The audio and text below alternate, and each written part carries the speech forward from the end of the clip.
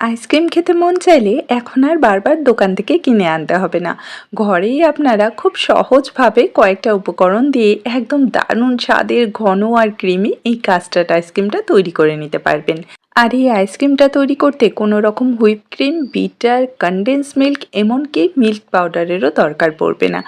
একদম perfect creamy ice cream তৈরি হয়ে যাবে। খুব সহজভাবে আজকের এই রেসিপিটা আপনাদের সাথে শেয়ার করব, যাতে করে আপনারা প্রত্যেকেই একদম পারফেক্ট আইসক্রিম প্রথমবারই বানিয়ে নিতে পারেন। আর এই আইসক্রিমটা পরিবারের সকলের এতটাই পছন্দ হবে যে বাইরে থেকে আর কিনে খেতে মনই চাইবে না। খুব সহজ একটা রেসিপি, আশা করছি ভালো লাগবে। তো হ্যালো এভরিওয়ান, কেমন আছেন আপনারা সবাই? আশা করি আপনারা সবাই ভালো আছেন and welcome to my channel. তো আজকের এই রেসিপিটা যদি আপনাদের ভালো লেগে থাকে অবশ্যই লাইক আর শেয়ার করবেন। আর আমার চ্যানেলে নতুন এসে থাকলে চ্যানেলটাকে সাবস্ক্রাইব করে নেবেন। চলুন তাহলে শুরু করি আজকের এই আইসক্রিমের রেসিপি। তো প্রথমেই আমি এখানে একটা পাত্রে নিয়ে নিচ্ছি 2 কাপ তরল দুধ। আমি এখানে গরুর দুধটা নিয়েছি, আপনারা চাইলে প্যাকেটের দুধ দিয়েও আইসক্রিমটা বানিয়ে নিতে পারবেন। অনেকের কাছে প্যাকেটের দুধটা সবসময় অ্যাভেলেবেল থাকে না, তাই আজকে আমি গরুর দুধ দিয়েই বানিয়ে দেখাচ্ছি। তো দুধটা এখন ভালো করে ফুটে গেলে এর মধ্যে দিয়ে দেব চিনি। আমি এখানে 1/3 কাপ চিনি দিয়েছি। মিষ্টিটা অবশ্যই আপনারা নিজেদের স্বাদ মতো কম বেশি করে নিতে পারবেন। এবারে মাঝারি আঁচে 2 থেকে 3 মিনিটের মতো এই দুধটা আমাদের জাল করে নিতে হবে। খুব বেশি জাল করে ঘন করার কোনো প্রয়োজন নেই। তো দুধটা এদিকে ফুটতে থাকুক, ততক্ষণে চলুন আমরা একটা কাজ করে নিই। তো এখানে একটা ছোট বোলে আমি নিয়ে নিচ্ছি 2 টেবিল চামচ কাস্টার্ড পাউডার। এর সাথেই এর মধ্যে দিয়ে দেব 1/4 কাপ তরল দুধ। দুধটা যেন একদম রুম টেম্পারেচারে থাকে সেটা খেয়াল রাখবেন, গরম দুধ কিন্তু দেওয়া যাবে না। এবারে এই দুটো উপকরণ ভালো করে মিশিয়ে নেব। আর খুব তাড়াতাড়ি আমি এই কাস্টার্ড পাউডারের রেসিপি আপনাদের সাথে শেয়ার করব, যাতে করে এই কাস্টার্ড পাউডার কিনতে আপনাদের আর কোনো সমস্যা না হয়। তো এখানে দেখুন আমি ভালো করে কিন্তু মিশিয়ে নিয়েছি। এবারে এই মিশ্রণটাকে আমরা দুধের মধ্যে দিয়ে দেব, কিন্তু তার আগে দুধটা দেখে নিই চলুন। চিনি দেওয়ার পর দুধ কিন্তু অনেকটাই পাতলা হয়ে যায়, তাই অবশ্যই 2 থেকে 3 মিনিটের মতো কিন্তু দুধটাকে জাল করে নেবেন। এবারেই আমরা যে মিশ্রণটা রেডি করে রেখেছিলাম সেটা পুরোটাই এর মধ্যে দিয়ে দেব। আর এই সময় গ্যাসের ফ্লেমটা কিন্তু লোতে রাখতে হবে, কারণ কাস্টার্ড পাউডারটা দেওয়ার পর দুধটা দেখবেন খুব তাড়াতাড়ি ঘন হয়ে যাবে। আশা করি আপনারা দেখেই বুঝতে পারছেন আস্তে আস্তে কিন্তু এই মিশ্রণটা অনেকটা ঘন হয়ে এসেছে। তো এবারে আরও 2 মিনিটের মতো আমাদের এই মিশ্রণটাকে জাল করে নিতে হবে, মানে আরও কিছুটা ঘন করে নিতে হবে। খুব বেশি জাল করে কিন্তু এটাকে বেশি ঘন করতে যাবেন না, তাহলে এটা ঠান্ডা হওয়ার পর কিন্তু একদম দলা পেকে যাবে। তো এই যে দেখুন একদম পারফেক্ট ঘনত্বের মিশ্রণ কিন্তু এখানে রেডি হয়ে গেছে। এর থেকে বেশি এই মিশ্রণটাকে আর জাল করার প্রয়োজন নেই। এবারে গ্যাসের ফ্লেমটা অফ করে দেব আর এই মিশ্রণটাকে পুরোপুরি ঠান্ডা করে নেব। আর ঠান্ডা হওয়ার পর আপনাদের এখন আমি দেখিয়ে দিচ্ছি যে ঘনত্বটা কেমন আছে।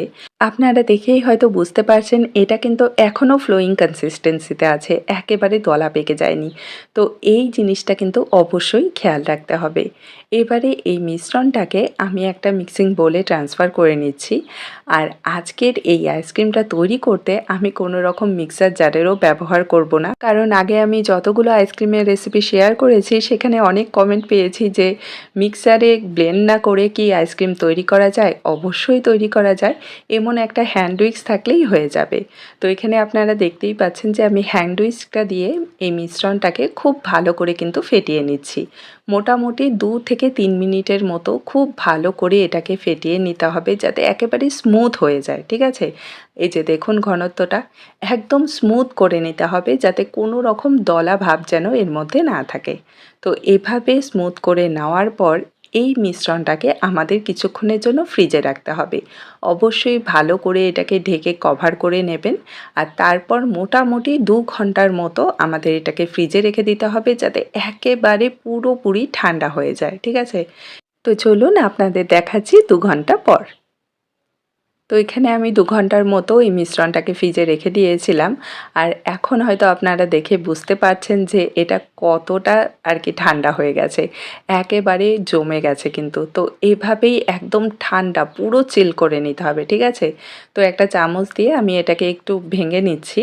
আর তারপর কিন্তু আমাদের এটাকে আবারও একটু ব্লেন্ড করে নিতে হবে। ব্লেন্ড করতে হবে মানে হ্যান্ড উইক্স দিয়ে এটাকে আবারও বিট করে নিতে হবে।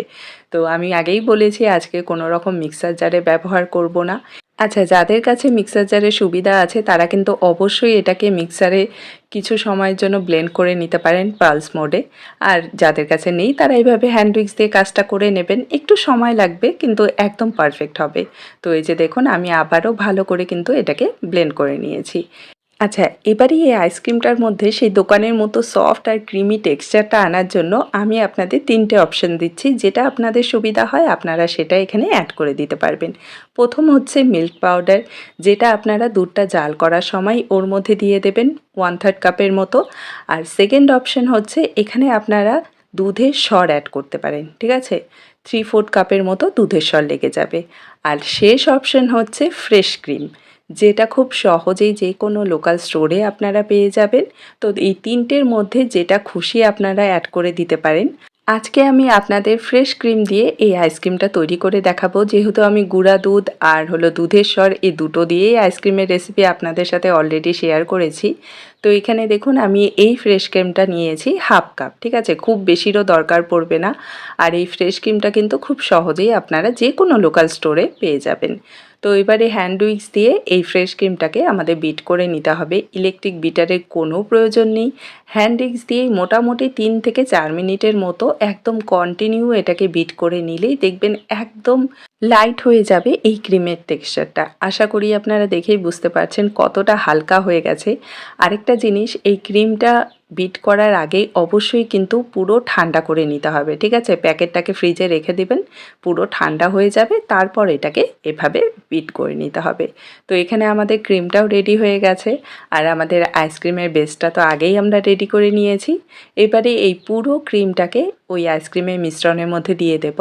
আচ্ছা, সাথে এখানে আমি কিছুটা পরিমাণ ভ্যানিলা এসেন্স দিয়ে দিচ্ছি। যেহেতু অলরেডি এখানে ভ্যানিলা ফ্লেভারেরই আমি কাস্টার্ড পাউডার নিয়েছি, তো এসেন্সটা না দিলেও কোনো অসুবিধা নেই। তো এই দুটো উপকরণ আমি ভালো করে মিশিয়ে নিয়েছি। আর আমাদের আইসক্রিমের জন্য কিন্তু মিশ্রণটা এবারে একদম রেডি। এখন আর দেরি করব না, এটাকে সাথে সাথে একটা বোলে ঢেলে নিচ্ছি। মোল্ড থাকলে আপনারা মোল্ডেও ঢেলে নিতে পারেন। আমি এখানে মোল্ড ছাড়াই একটা কাচের বাটিতে এটাকে সেট করে দেখাচ্ছি। অনেকের কাছেই মোল্ডটাও থাকে না, তো কোনো অসুবিধা নেই, যে কোনো পাত্রেই কিন্তু আপনারা এই আইসক্রিমটা সেট করে নিতে পারেন। ওপর দিয়ে আমি সামান্য একটু পেস্তা কুচি আর হলো আমন্ড দিয়ে সাজিয়ে নিয়েছি। এবারে একটা ফয়েল পেপার দিয়ে এটাকে ভালো করে মুড়ে দিলাম যাতে কোনো রকম ভেতরে আইস ক্রিস্টাল না জমে, আর ঢাকনাটা দিয়ে সিল করে দিলাম। এখন এটাকে আমাদের 7 থেকে 8 ঘন্টা মতো ফ্রিজে রেখে দিতে হবে। আচ্ছা, ডিপ ফ্রিজে রাখতে হবে, যেটা অনেকেরই কোশ্চেন থাকে নর্মালে রাখবো না ডিপে। তো ডিপ ফ্রিজে 7 থেকে 8 ঘন্টা রেখে দিলে একদম গ্যারান্টি দিয়ে বলছি 100% পারফেক্ট আইসক্রিম আপনাদের সেট হয়ে যাবে।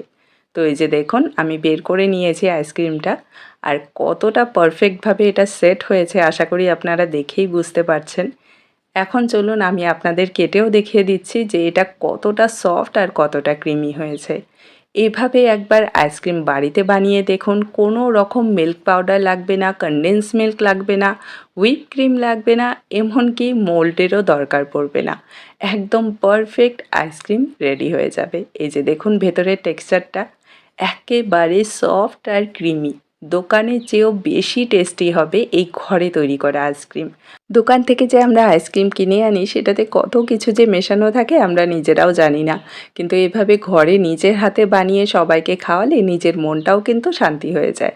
তো আজকের এই কাস্টার্ড আইসক্রিমের রেসিপিটা যদি আপনাদের ভালো লেগে থাকে আমাকে কমেন্টে জানাতে কিন্তু একদমই ভুলবেন না। দেখা হবে আপনাদের সাথে আরেকটি নতুন সহজ আর মজাদার রেসিপি নিয়ে। ভালো থাকবেন, সুস্থ থাকবেন। বাই।